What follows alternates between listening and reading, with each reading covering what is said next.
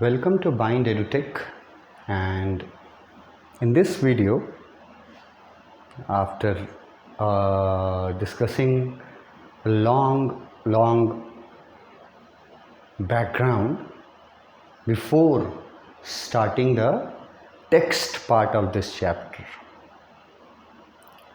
तो अब चैप्टर का जो टाइटल है सिल्क रोड, उसके बारे में तो तुम लोग बहुत कुछ जान चुके हो।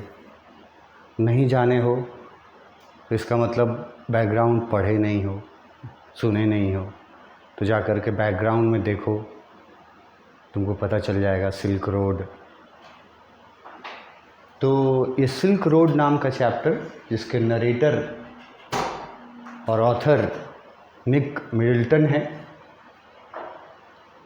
इनके बारे में भी, निक मिडल्टन के बारे में भी मैंने आपको बहुत सारे इन्फॉर्मेशंस दिए हैं। एक एक्सप्लोरर के रूप में, एक ट्रैवलर के रूप में निक मिडल्टन के बारे में, और उसके बाद एक पिलग्रिमेज, बहुत इम्पॉर्टेंट वर्ड, कोरा, जो इस चैप्टर का थीम है,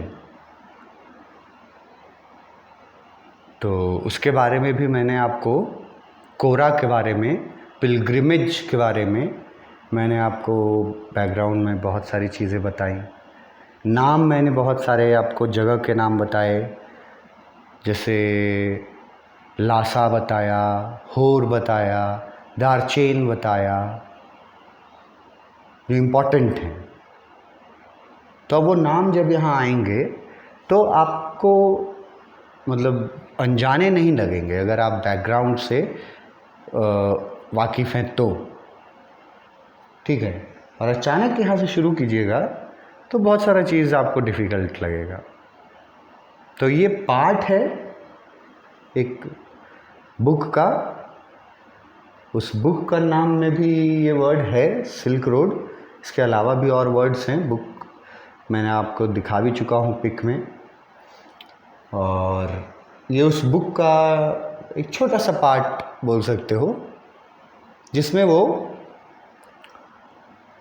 रावू नाम के जगह से निकल करके, रावू से वो निकलते हैं, नरेटर निक मिडल्टन, और उनका डेस्टिनेशन कहाँ है, दारचेन नाम का जगह। ये सब जगह तिब्बत में है। और तिब्बत एट प्रेजेंट अगर पॉलिटिकली ये करें हम लोग, तो तिब्बत चाइना के कब्ज़े में है, समझो। खैर, उससे हम लोग को कोई मतलब नहीं है। इन्होंने फर्स्ट पैराग्राफ में ये देखो, flawless half moon floated in a perfect blue sky. यहाँ से शुरू हुआ फर्स्ट पैराग्राफ। ये फर्स्ट पैराग्राफ जाके यहाँ ख़त्म हुआ है, देखो। ही डिक्लेयर्ड ड्रोकबा सर, ये हो गया इसका फर्स्ट पैराग्राफ इस चैप्टर का। अब इस फर्स्ट पैराग्राफ में बताया क्या जा रहा है, पहले ये समझ लो, उसके बाद इसका वर्ड मीनिंग्स वगैरह सब बता देंगे। इस फर्स्ट पैराग्राफ में Rawu narrator, author Nick Middleton was leaving रावू।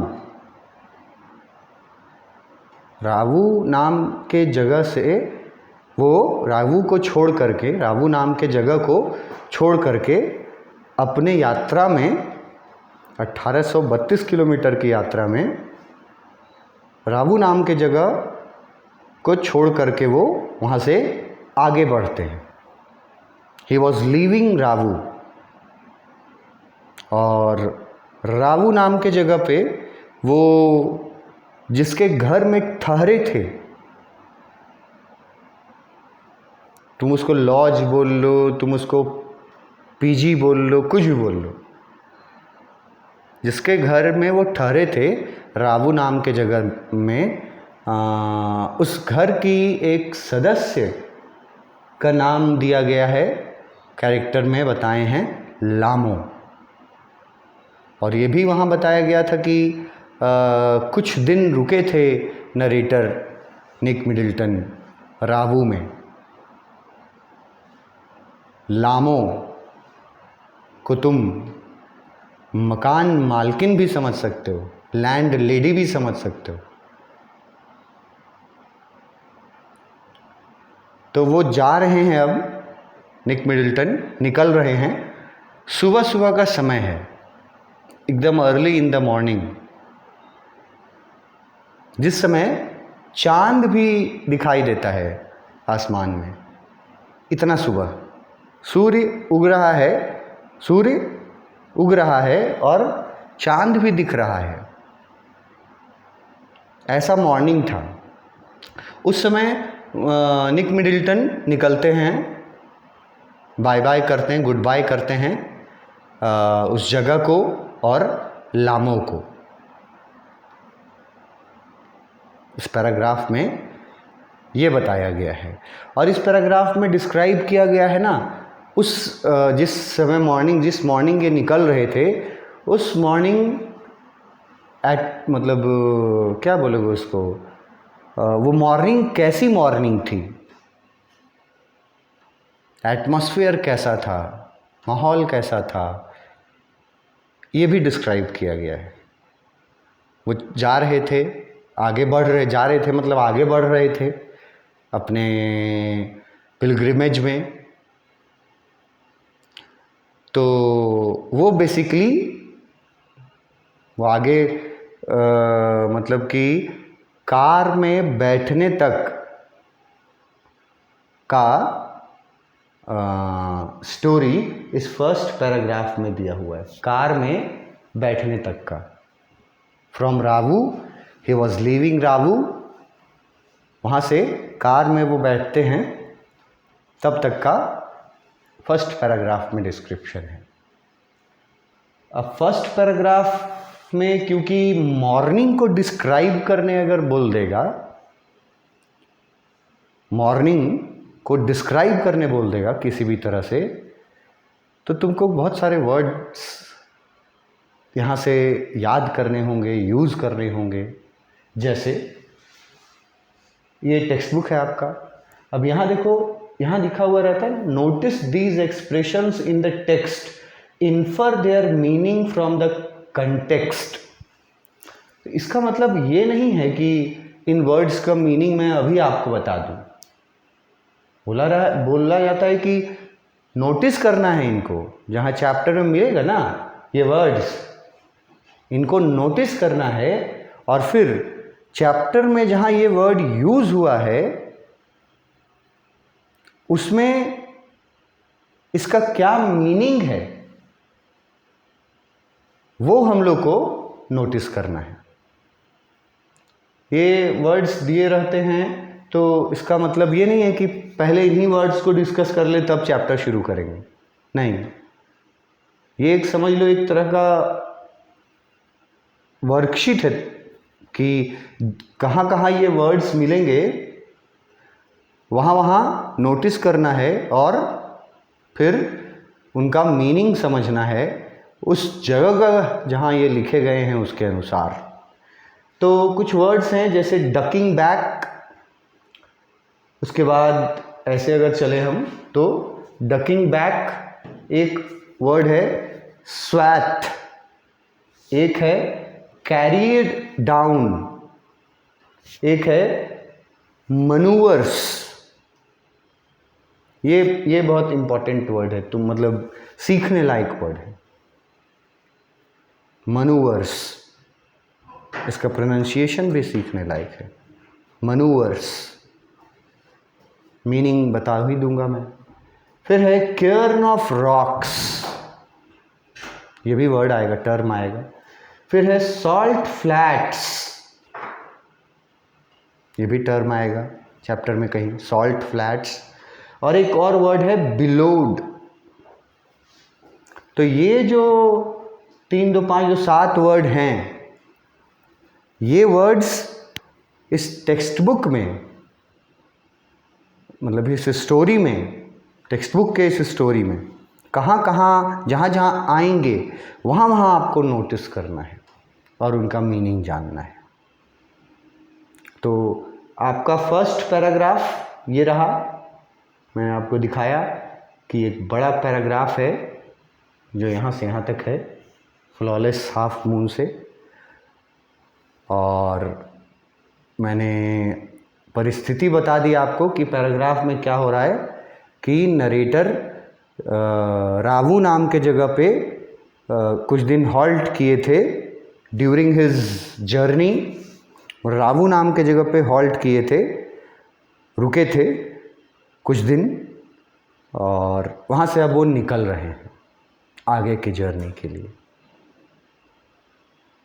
तो वो सीन यहाँ पर बताया गया है इस फर्स्ट पैराग्राफ में।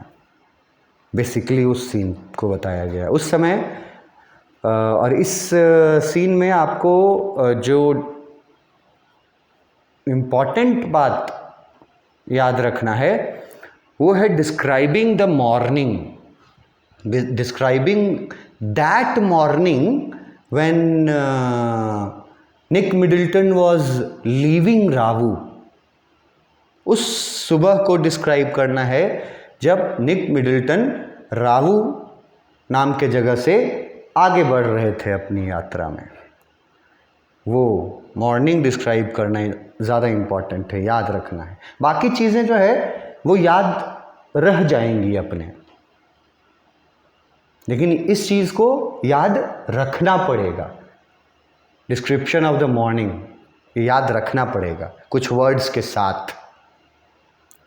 सबसे पहले हम लोग इस पैराग्राफ को पढ़ करके देखते हैं कि इसमें से कौन कौन से वर्ड्स के मीनिंग हमें जानने होंगे, आपको जानना होगा, तब आप मतलब समझ पाइएगा कि क्या क्या यहाँ लिखा हुआ है फर्स्ट पैराग्राफ में, एग्जैक्ट मतलब।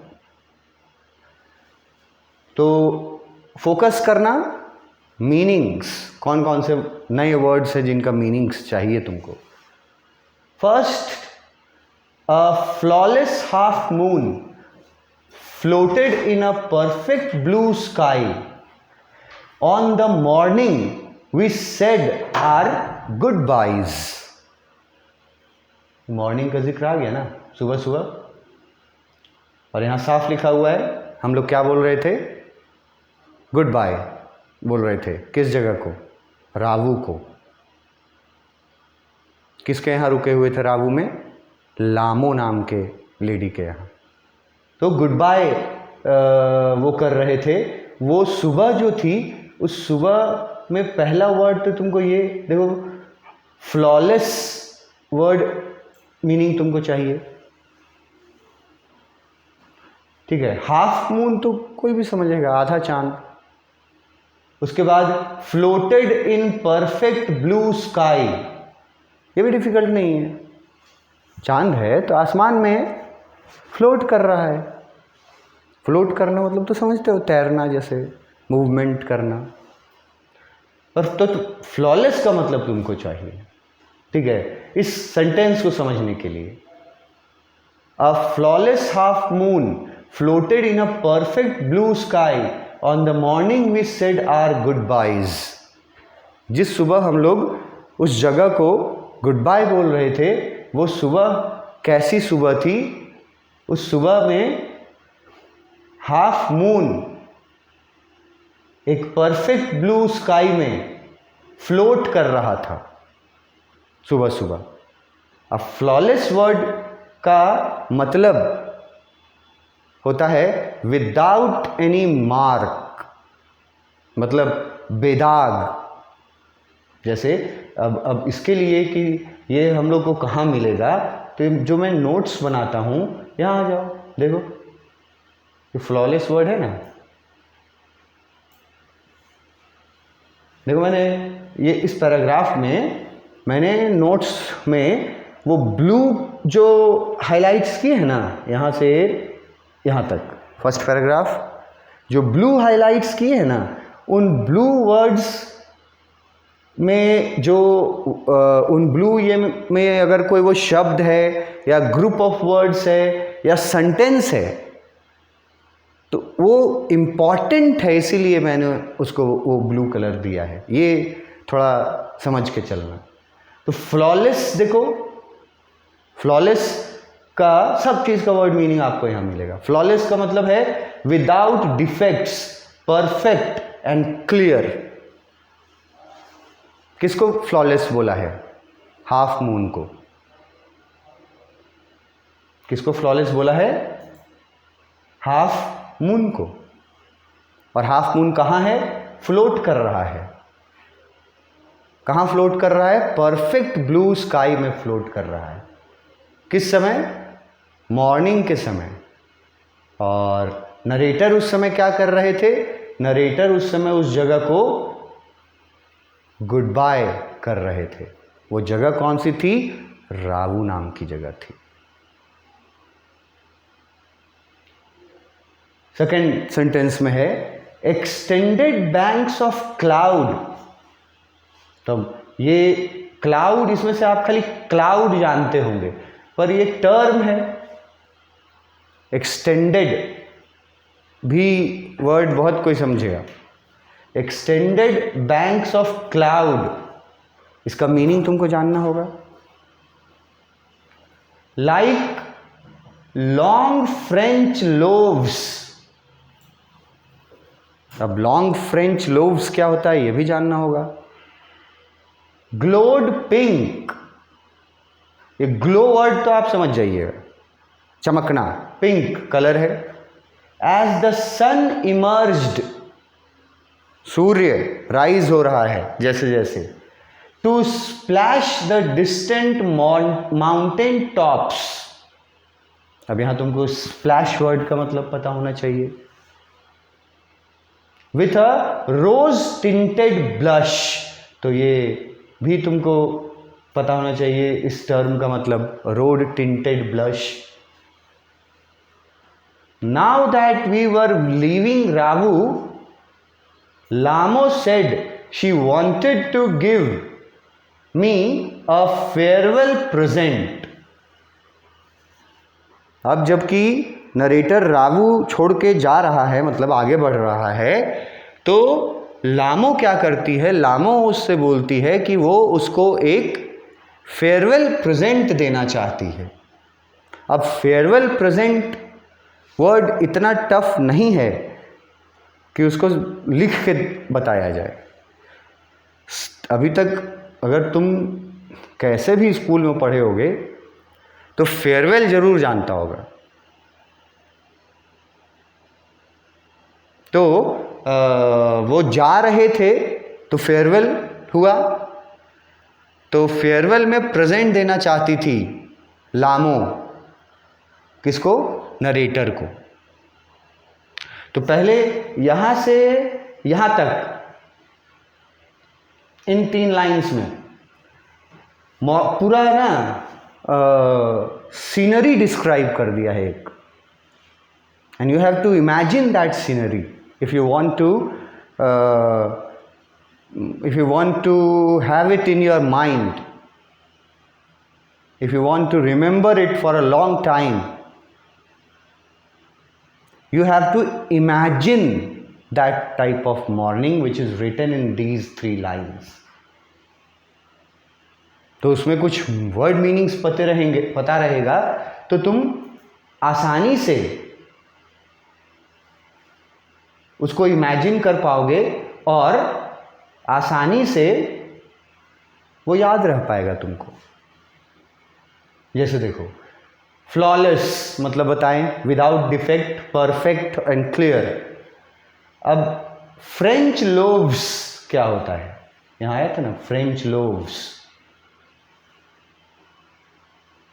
फ्रेंच लोव्स ये क्या होता है? ठीक है, तो फ्रेंच लोव्स का मतलब है पीसेस ऑफ फ्रेंच ब्रेड। ये वर्ड है ना लोव्स, ये ना कॉमन वर्ड है, सीखो इसको, बहुत जगह मिलेगा और उसका मतलब ही सब जगह एक जैसा है, LOAVES, लोव्स। लोव्स जो है ना वो ब्रेड को बोलते हैं, ब्रेड को। और हमारे यहाँ रोटी भी जो हम लोग वर्ड यूज़ करते हैं वो वर्ड भी कभी कभी लोव्स मतलब रोटी भी होता है, रोटी का टुकड़ा भी होता है या ब्रेड का टुकड़ा। फ्रेंच लोव्स लिखा है, फ्रेंच लोव्स, तो इसका मतलब फ्रांस में जैसा लोव्स होता है। अब मैं आपको ये बता दूं कि जैसे ब्रेड, हमारे यहाँ भी जो ब्रेड आता है तो स्लाइस्ड रहता है, लंबा तो नहीं रहता ज़्यादा। फ्रांस में जो ब्रेड होते हैं ना वो लॉन्ग होते हैं, लॉन्ग, लंबा ब्रेड रहेगा एक, उसको अपने ज़रूरत के अनुसार स्लाइस करके खाते हैं लोग। जितना मन है उतना स्लाइस करेंगे, मतलब जितना मन है उतना काटेंगे, उसमें से खाएंगे। फ्रेंच लोव्स ये होते हैं, ठीक है, पीसेस ऑफ फ्रेंच ब्रेड। फिर स्प्लैश वर्ड आया है जिसका बहुत इजी मतलब है स्प्रेड, फैलाना। टिंट वर्ड आया है जिसका भी इजी मतलब है कलर। और ब्लश वर्ड आया है जिसका मतलब है शेड। शेड मतलब परछाई जैसे, ब्लश। ब्लश को ना शेड के जगह एक और वर्ड मैं देना चाहूँगा, शाइन, चमक। स्पेशली तब जब ये ह्यूमंस के साथ यूज़ होता है ना, तो बोलते हैं कि आज बहुत ब्लश कर रहे हो। ब्लश कर रहे हो का मतलब होता है कि आज बहुत चमक रहे हो। तो ब्लश का एक मतलब शाइन भी है, ये बात याद रखना।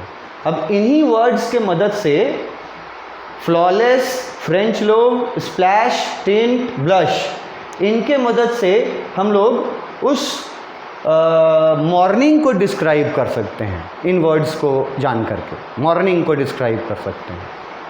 क्या क्या डिस्क्रिप्शन में लिख सकते हैं कि जिस सुबह नरेटर गुड बाय कर रहे थे उस जगह को, रावू नाम के जगह को, उस सुबह एक साफ सुथरा परफेक्ट ब्लू स्काई था और उसमें बेदाग हाफ मून फ्लोट कर रहा था। परफेक्ट ब्लू स्काई और उसमें एक क्लियर हाफ मून, मतलब क्लियर दिखाई दे रहा था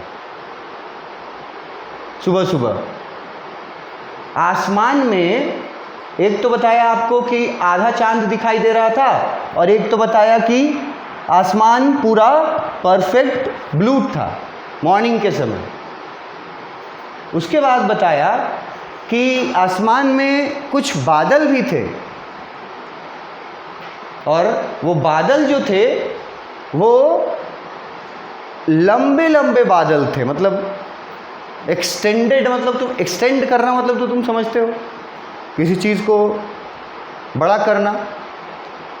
तो बड़े बड़े साइज़ के बादल थे आसमान में और वो बादलों का शेप और साइज़ ऐसा था जिसको कंपेयर किया गया है फ्रेंच ब्रेड के टुकड़ों से। जिसको कंपेयर किया गया है फ्रेंच ब्रेड के टुकड़ों से।